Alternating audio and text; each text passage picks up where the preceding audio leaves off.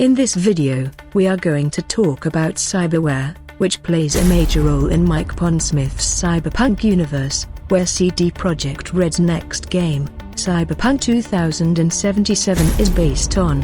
Cyberware is an integrate part of the Society of Cyberpunk universe. One cannot discuss about Cyberpunk universe without talking about Cyberware.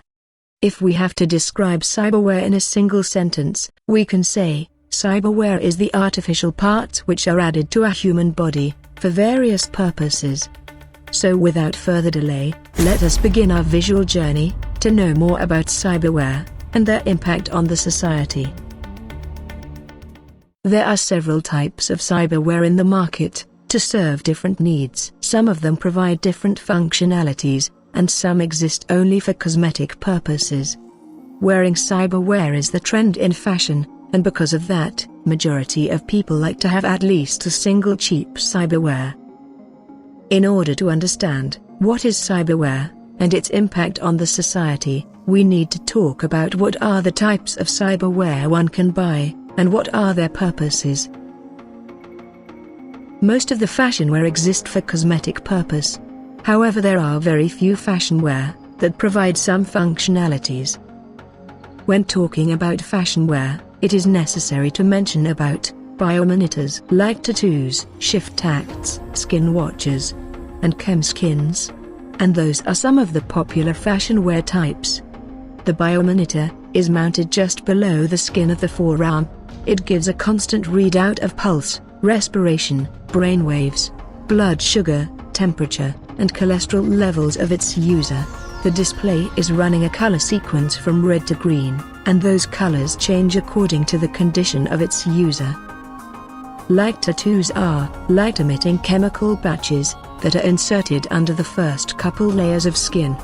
They store light and emit it in colors or patterns. Shift acts are colored contact lenses designed to mimic certain aspects of more expensive cyber optics, such as mirrored contacts in all tints, temperature, or emotion-sensitive contacts that change color on demand, and logo or patterned contacts.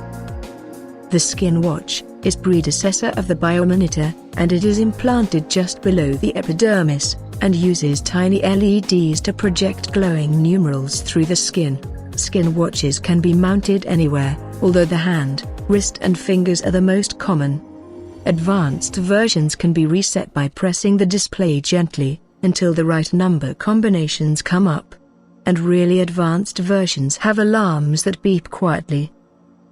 Chem skins are special dyes and chemicals which are impregnated, or rubbed, into the skin. Some change the skin color to a new shade as desired. Others are temperature sensitive, and they shift colors in vibrant patterns when warmed or cooled. Very expensive chem skins are sensitive to hormonal changes.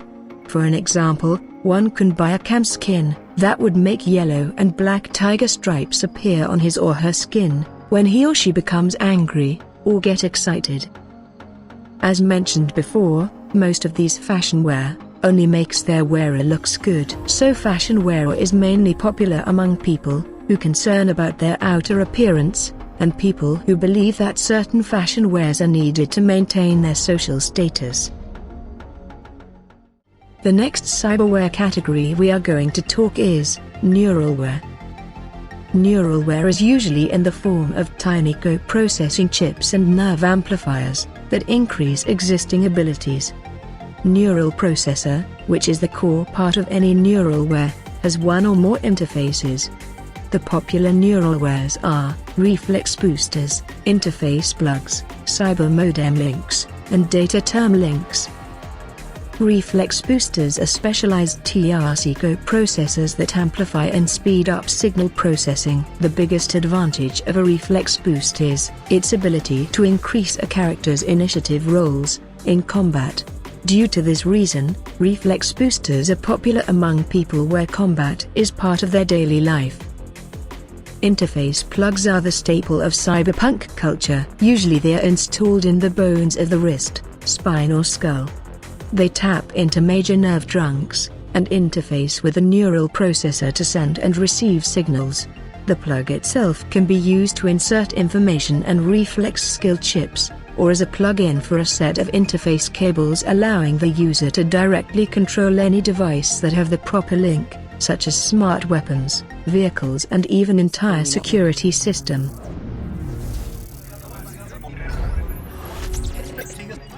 What are you seeing, sir? Cyber Modem Link is the basic processor that translates net information into images. Data term links allows the user to directly access and store information from a data term. As you can understand, some of the neuralware has something to do with data downloading, uploading, or controlling other devices. So, those type of neuralware is very popular among people who work with computers and the net in daily basis. The best example for such people is netrunners, where computers and net is essential part of their daily life. Next in the cyberware list is implants. They are the useful little things that people plugged into their bodies to make their living easier, or that they may want them for completing a specific job. Motion detectors, nasal filters and gill implants are good example for cyberware implants. The motion detector can detect the movements around its user, and nasal filters saves its user against poisons, sleep drugs, or other breathable toxins. The gill implant allows the user to breathe underwater. Implants are popular among workers who work in special environments. For examples, nasal filters are commonly used by workers who work in toxic environments, and gill implants are commonly used by workers who are responsible for underwater maintenance. Say something nice. While one can argue that cyber optics can be considered as an implant, due to high number of varieties and functionalities, cyber optics tend to treat as a separate cyberware category. A combination of digital processor and camera, cyber optics are replacements for normal eyes, with enhanced abilities that cannot be fulfilled with standard human eyes. Digital camera, infrared, targeting scope, and anti-dazzle protection are some of the examples in cyber optics. The digital camera is a cyber optic mounted camera, and its images can be stored in the built-in digital chip. Also, those images can be downloaded through interface cables to an external device. Infrared allows user to see in near total darkness, using heat emissions for image reception. The targeting scope projects a targeting sight into the field of vision. It will read the range to a specific object, speed of movement, bearing, and size, as well as providing several types of scope reticles for aligning weapons. When chipped into a smart gun, the scope will match the targeting sensors of the gun with what the user is looking at.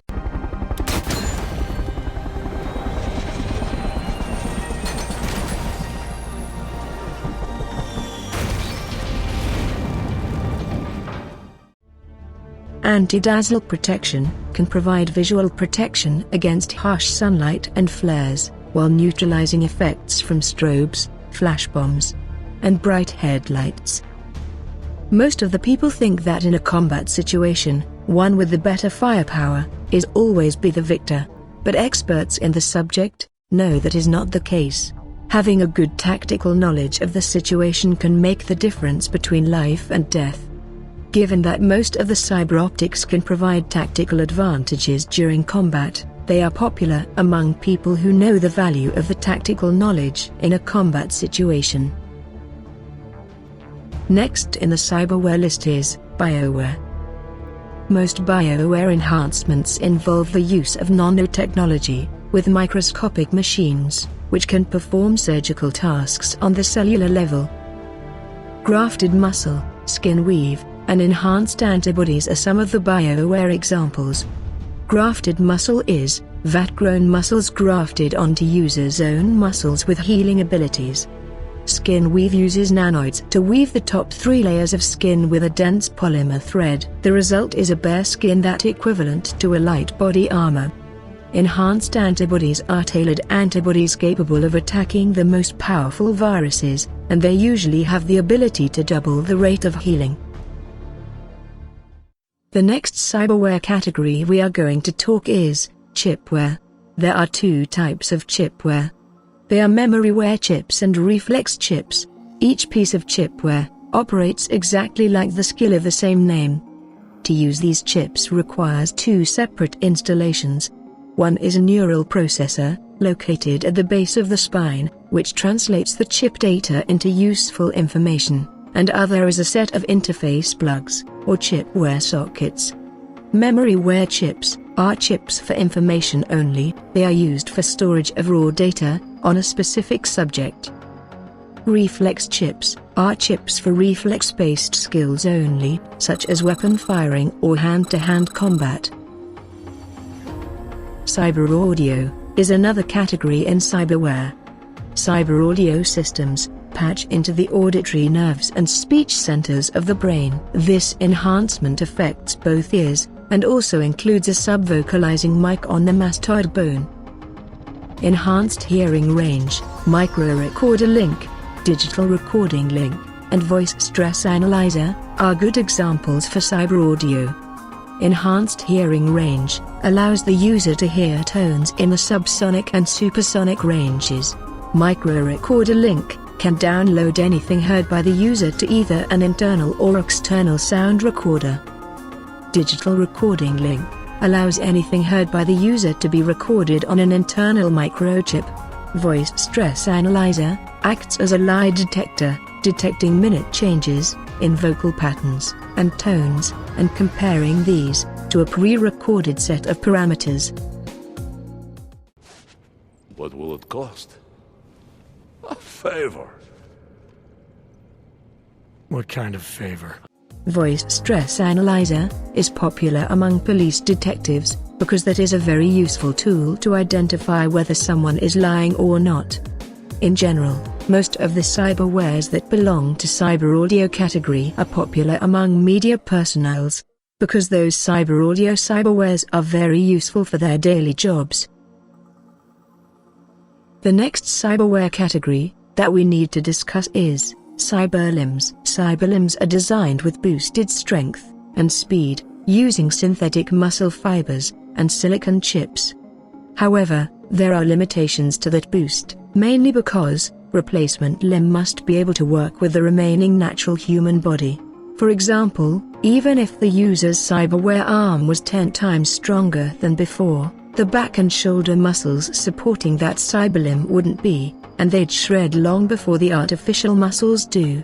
However, even with these limitations, the users of cyberlimbs can perform actions that can be considered as superhuman. The basic cyberlimb comes without hands or feet attached. Those have to purchase separately. That allows the user to tailor the limb to his or her specific needs. Also, there are options which are constructed within the cyberlimb for specific tasks. They are more commonly referred as built-ins. A good example is the hidden holster, which is a hidden storage space for holding one auto pistol and one clip of extra ammo. Tech scanner is another example. It is a device can be hooked up to the diagnostic systems of most vehicles, appliances and personal electronics, to determine possible problems and troubleshoot breakdowns. As you can guess, these tech scanners are popular among technicians and mechanics. Linear frame is another cyberware category, where they are more or less act as exoskeletons. A linear frame resembles a suit of contoured metal body armor. The frame is grafted onto its user's body, while its systems are directly neuralinked to user's muscles and bones. Linear frames are commonly used by workers who do manual labor as their primary job. Also, some elite security personnel use militarized versions of linear frames. Body plating is the next cyberware category we are going to talk about. Body plating has armored plastics and metals, which are layered over its user's body, and they are directly anchored to the skin. The armor is microscopically porous, allowing the skin underneath to breathe, and it is made by sandwiching an ablative plastic shell with energy-absorbing microcellular honeycomb. Body plating doesn't make its user any stronger or faster, but it's perfect for anyone who wants all-over protection all the time. It is hard to pinpoint a specific set of people where body plating is popular among. But in general, if someone thinks that his or her life is in danger and required regular protection, the body plating is the first cyberware he or she should buy. The next cyberware category we are going to talk about is cyberweapons. Cyberweapons can turn their user into living weapons, and they are at the top of the black market cyberware list. They are the hidden killing tools that can be buried in their user's skin until the moment that person wants to take someone out. If someone has one or more cyber limbs, then he or she can take advantage of those cyber limbs and mount weapons within their framework. Micro-missile launcher, grenade launcher, and flamethrower are commonly available cyber weapons in black market, which can be mounted within a cyberlimb framework. However, there are superior high-tech cyber weapons manufactured by corporations for their own elite security teams. Only very few have access to those type of cyber weapons, and finding them in black market is a very hard task. Even common cyber weapons are normally not available on the open market, and locating them usually involves going down into the local combat zone, then finding a fixer, and paying a lot of money. The next cyberware category in line is New Cyber. It is a combination of latest technologies and good old-fashioned cyber tech. One of the advantages of New Cyber is that the user doesn't need to remove his or her natural limbs to place a New Cyber. Instead, New Cyber is placed on the user's natural limbs. Another advantage is that New Cyber can be customized at any time, according to the needs of its user. New Cyber has three primary components, and they are neural nets, splices, and braces.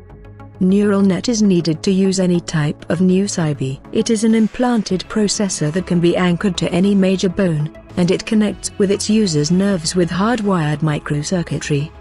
Splices are the hard points where the user can hook up chipware ports, links, or amps to upgrade the neural net. Braces are metallic New Cyber bands around the upper or lower limb that extend to cover the limb. When active, braces will automatically link up and cover the body space between them with an armor-plated shell.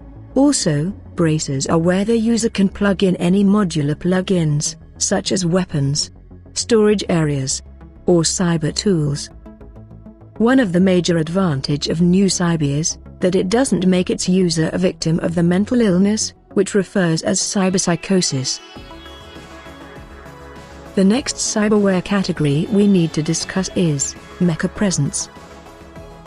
Mecha Presence makes use of the natural electrical fields of the human body, and converting signals from the nervous system into commands to remotely operate the robots. Link tap system is a key component in Mecha Presence. It is the array of antennae and brain amplifiers that install inside the user's head to allow him or her to operate the robots remotely. There are different types of robots built for different purposes. For example, robots like camera bots are used for surveillance, where heavy power armor bots are often used for combat purposes.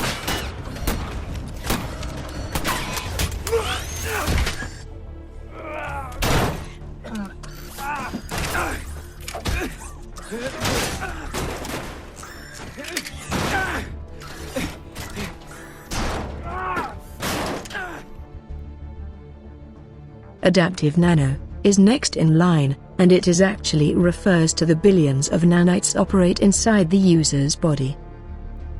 Some of them string monomolecular chains around the bones, making them stronger than steel, and repairing any breaks they take.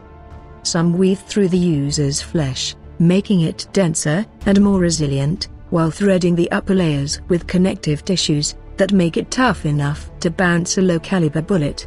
Others fight off invading poisons and parasites, and those nanites either neutralize those poisons and parasites or expel them from the user's body. The nanomites join together as a fighting mechanism, first blocking, then expelling the cobra's venom. Also, there are special weapons that link with the adaptive nano and get adapted according to the user. Once linked with a particular person's nanites, those special weapons become useless for others. Live Metal is the cyberware for anyone who wants an artificial body. Live Metal skeleton has carbon-filled bones wrapped in a titanium coating, and artificial muscles and artificial flesh accurately replicate natural muscles and natural flesh, with far greater strength and resiliency.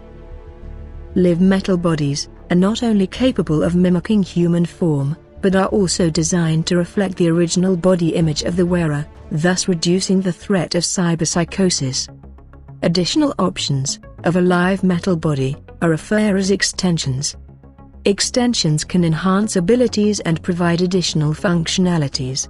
Hollow projectors, extra arms, or pseudo-organs would be a good examples for extensions. Most body shells have some kind of integral weapons system, as well as whatever natural strength and speed they gain from their artificial construction. In addition, larger body shells can support the kind of heavy weapons otherwise found on power armors or vehicles. During our visual journey, we have described almost all the major categories of cyberwares. However, there are a lot of other types of cyberware that we haven't talked about. For now, we think that we have covered enough for you to get an understanding about the cyberware and what their role in Cyberpunk universe. So, before we end our visual journey, tell us, what do you think about cyberware? What kind of cyberware you want to wear before you roam into Night City? However, before you answer that question, keep in mind there is a cost you should pay for each cyberware that you are going to install in your body. No, we are not referring to the monetary value of those cyberwares. We are talking about something much more costly than that, and if you are not careful, that cost can end your life in very miserable manner. We will discuss about that cost in detail in our next visual journey.